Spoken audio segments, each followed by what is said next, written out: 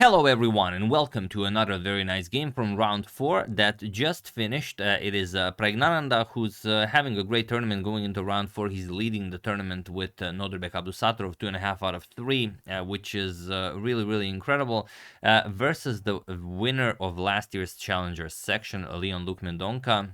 And Leon's been playing some excellent chess in the Masters section, but luck just wasn't there. He had promising positions, but that one move, and he is currently on half a point going into round 4. So let's check it out. It's not going to be easy against the likes of Praggnanandhaa with Pragg wielding the white pieces. So let's see what happens. Pragg opens with pawn to e4. We have pawn to e5, knight f3, knight to c6, and bishop to b5. The Ruy Lopez is on the board, and these two gentlemen are far too young to go for something like a Berlin. So pawn to a6, Morphy's defense, bishop to a4, and knight to f6. We have d3, pawn to b5, and bishop to b3. We've already had the Anderssen variation of the Morphy's defense of the Ruy Lopez. Bishop to c5 and bishop to g5 now. h6, we have bishop to h4 and d6. So all been played before thousands of times. We have c3, bishop to b6, and pawn to a4, going after the b5 pawn. Rook to b8, again, nothing new being played here. Captures, knight to a3, attacking the pawn. And now there are various ways you could meet this. You could castle, you could go g5, you could play pawn to b4 even. Which is kind of rare. It has only been played once.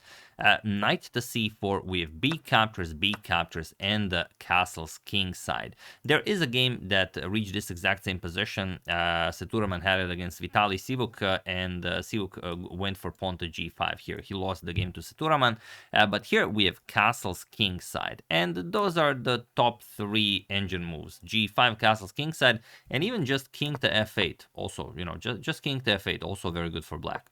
But here castles kingside, and it is now as of move 14 that we have a completely new game. So let's see how Pragg goes about this. We have castles kingside, king to h8, and bishop to a4. He puts pressure on the knight, obviously fighting for the d4 square. Bishop to d7 and rook to b1. We have pawn to g5. Advancing on the king side, bishop to g3, and bishop back to a7, offering a rook trade, which Pragg declines. He goes rook to a1, bishop back to b6, and now rook to e1. d4 will be played at some point, so you want your e4 pawn nicely defended. Knight to e7, offering a trade of bishops. Usually this knight will go to g6, then maybe to f4, but as soon as you do this, you weaken the d4 square, so pawn to d4. Makes sense, definitely. Bishop captures on a4, we have rook captures on a4, and e captures on d4. We have c captures and knight to g6. And both players can be very happy with their position, but Pragg can be a little bit happier with his, as he has this beautiful pawn to e5 breakthrough. Now, interestingly, the engine really loves pawn to d5, but it's not, that's really an engine move to play. Like pawn to e5, opening up the position, you have a dark square bishop, the king is on the long diagonal. This looks like a much more human move to me to make. So how do you meet this? Obviously, d captures on e5 isn't the way to go, because you can just trade, and after captures and captures, you have the knight here pinned, and it's not the best. Like h4 is coming. It's a pretty bad position for black. And what you should play is knight to d5. And still white will be better, but, black can fight. After knight to h5, the move that was played in the game, Leon's position is just very difficult to play. Pragg plays e captures on d6, and notice that it's defended twice, so you can win another pawn. Knight captures on g3, eliminating one of the defenders, but now d captures on c7, the so-called Battle of Sichenzugs.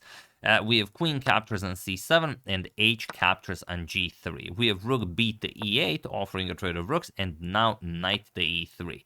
And this is the position. Pragg is up a pawn, but it's, not that he's up a pawn, it's that he has this beautiful passed d pawn that he will now prepare to push. We have queen d7, putting pressure on the rook, queen to a1, preparing to lift the rook to a6, king h7, and rook to a6. Attacks the bishop. We have rook to b8 defending, and now knight to c4 with a double attack here.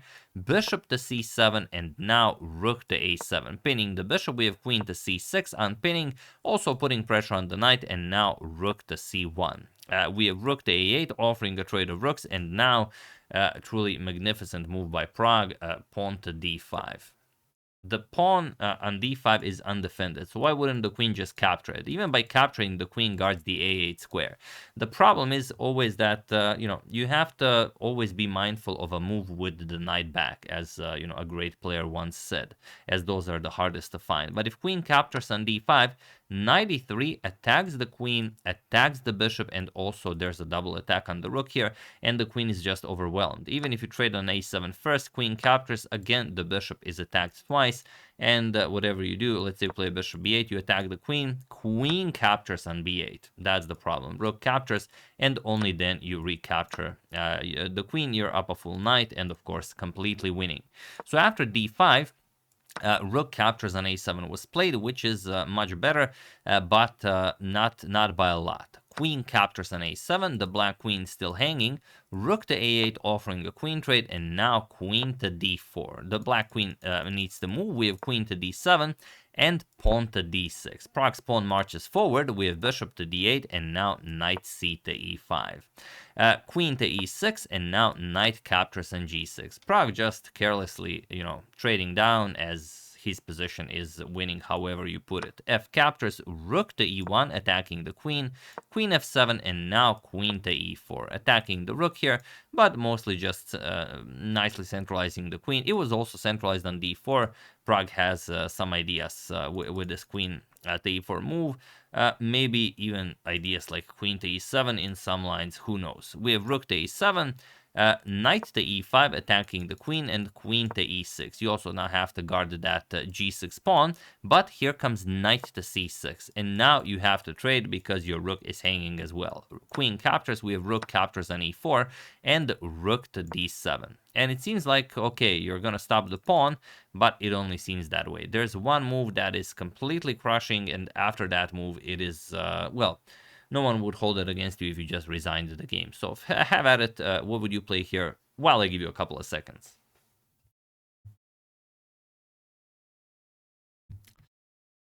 So for those of you who were able to do it, congratulations on finding this amazing idea. And for those of you who just want to enjoy the show, it is rook to e6. Much better than rook to d4. Rook to d4 is actually going into a draw. So you either play rook to e6 or you trade first, but it's much better to go rook to e6 right away.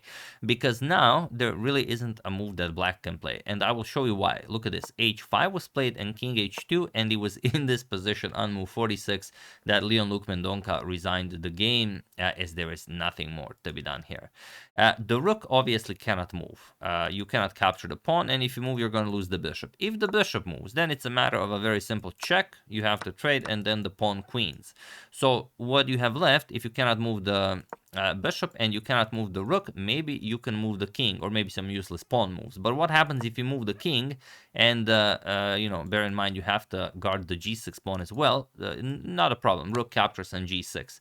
And even this is such a funny, complicated line that, I have to show it. King captures, knight to e5 check. Okay, everyone sees the fork. That's not the point. Knight captures on d7, and after king to e6, there's this nasty knight to c5 check. And now you cannot capture the pawn because knight b7 check, and you just trade knight for bishop, and then you have 3 versus 2. Of course, that is completely winning.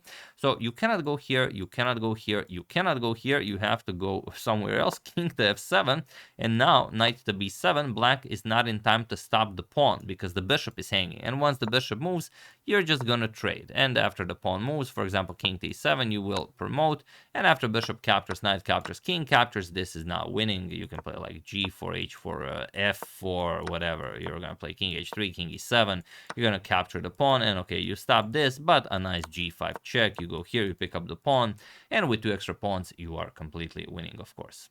Easy easy game. Of course, Leon knows this, and after Prague so calmly played king to h2, knight to e5 would have been an automatic for everyone, because it also wins the game. But king to h2 is an artist's move. So, you know, Prague, truly an artist, playing the tournament 3.5 out of 4.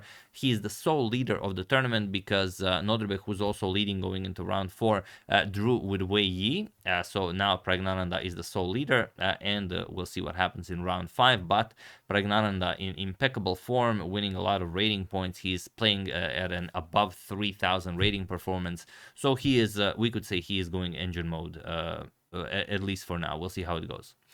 So yeah, hope you enjoyed it. I would like to thank Ryan Canus, Isaac Pinol Katadao, Evert Mulder, Simon Maxon, and John Tardif for your contribution to my channel. Thank you a lot. I really appreciate it. As usual, you can check 2 of my previous videos here. Thank you all for watching, and I will see you soon, continuing the coverage of Tata Steel until it finishes.